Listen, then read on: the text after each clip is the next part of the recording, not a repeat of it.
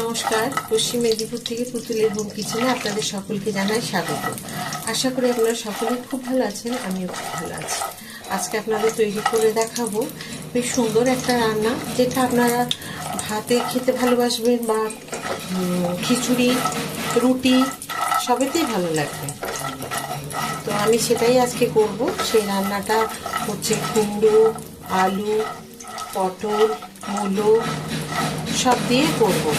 বেগুনটা আমি দিচ্ছি না, আপনারা দিয়ে দেবেন, কারণ বেগুন খাওয়া একটু অসুবিধা আছে, সেই কারণে।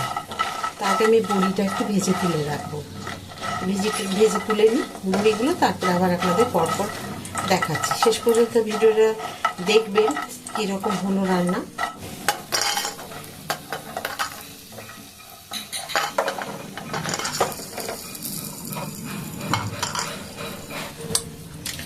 দিয়ে দেবো পটল আর আলু।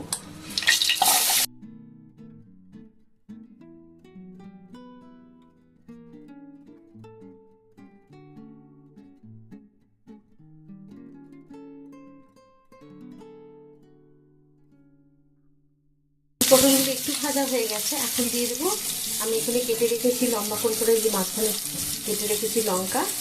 ঝাল যেরকম খাবেন সেই বুঝে দেবেন।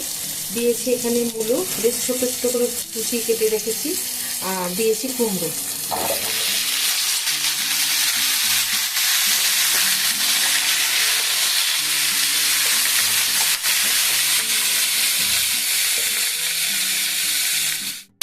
এখন একটু ঢাকা দিয়ে দেবো 5 মিনিটের জন্য হাই ফ্লেমে, যাতে অন্তত বেশ সুন্দর করে ভাজা হয়।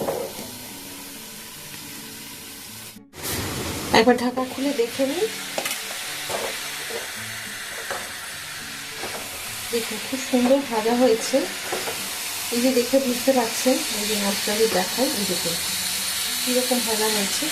আলু, কুমড়ো এগুলো সুন্দর করে ভাজা হয়েছে। এখন আমি নুন দিইনি। আর আপনাদের আরেকটা জিনিস দেখায়, যে এখন কচি মূলো, সেই মূলোর যে স্বাদটা বেরিয়েছে এখানে আমি দিয়ে দেবো। খুব সুন্দর হবে খেতে, এটা অবশ্যই দেবেন, আমি কিন্তু খুব ভালো লাগবে খেতে। একদম কচি, কিন্তু যে এখন তো জানেনই মূলত একদম নতুন বাজারের মধ্যে এখন নতুন আসছে, তো সেই কারণে এই কচি শাকগুলো যদি দিয়ে দেন না, বেশি না কিন্তু এক মুঠো, খুব বেশি দিয়ে দিলে কিন্তু ভালো লাগবে না তরকারি। এই রান্নাটার স্বাদটা কিন্তু একদম অন্যরকম হবে। দিয়ে দেবো আমি এখানে একটুখানি হাফ ইঞ্চি মতো গ্রেট করে রেখেছি আদা।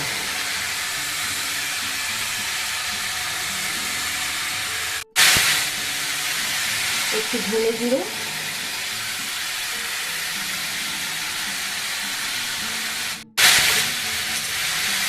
হলুদ,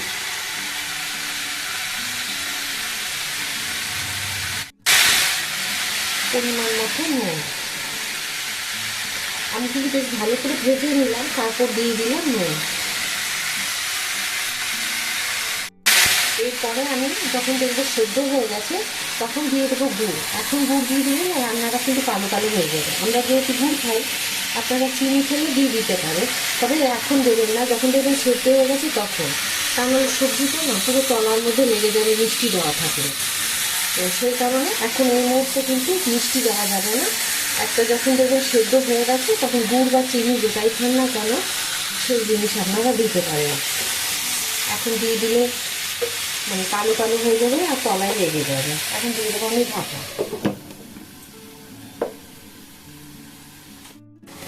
দেখে নিই কীরকম হয়েছে। দেখুন আমি একদম লো ফ্লেমে খুব ভালো করে সেদ্ধ করে নিয়েছি, আর এর থেকে বেশি ঘাটাঘাটি করা যাবে না। আচ্ছা, আমি গুড় দিয়ে দিয়েছি একবার ঢাকা খুলে। আপনারা আপনাদের মিষ্টি ইচ্ছে মতো যেরকম প্রয়োজন সেরকম খাবেন। এটা এবারে আমি একটা জায়গায় একটু ঢেলে রাখি, বাকি যে রান্নাটা হবে সেটা আপনারা সাথে থাকে, তাহলে দেখতে পাবেন এবার আমি কি করলাম। আমি দিয়ে দেবো এখানে প্রয়োজন মতো একটু তেল, দুটো তেজপাতা, একটা শুকনো লঙ্কা মাঝখানে ফাটিয়ে দিয়েছি, আর দেবো একটুখানি পাঁচফোড়ন। এবার এগুলোকে একটুখানি তেলে ভেজে নেব। বেশ সুন্দর একটা পাঁচফোড়ন, শুকনো লঙ্কা, তেজপাতার যে একটা ভাজা গন্ধ, তো সেটা পর্যন্ত অপেক্ষা করতে হবে যাতে গন্ধটা সুন্দর বেরোয়।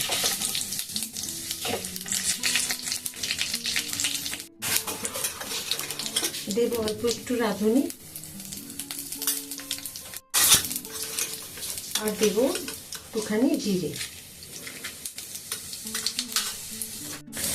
এখন দেখুন বড়িগুলোকে আমি একটুখানি ভেঙে নিয়েছি, বেশি গুঁড়িয়ে নিইনি, এর মধ্যে দিয়ে দিলাম।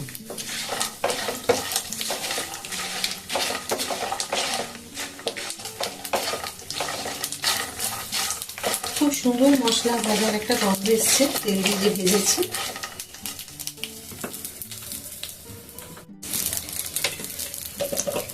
এবার যে আমি সবজিটা ঢেলে রেখেছিলাম সেটা এখানে দিয়ে দেব।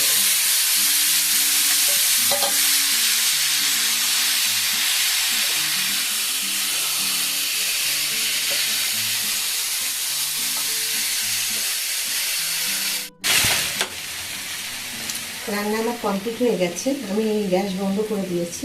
কেমন লাগলো আজকের এই রান্না? আশা করি আপনাদের সকলেরই ভালো লেগেছে। কুমড়ো, পটল, আলু, মূলো শাক সব দিয়ে করেছি। এটায় আমি বেগুন দিইনি। আপনাদের যদি বেগুন খাওয়ার অসুবিধে না থাকে বেগুন দেবেন, আরও ভালো লাগবে। রান্নাটা আপনারা প্রথম থেকে শেষ পর্যন্ত যদি দেখে থাকেন এইভাবেই রান্না করবেন, খুব সুন্দর লাগে খেতে। আর এটা মানে আপনার খিচুড়ি, ভাত আর রুটির সাথেও খুব ভালো লাগে।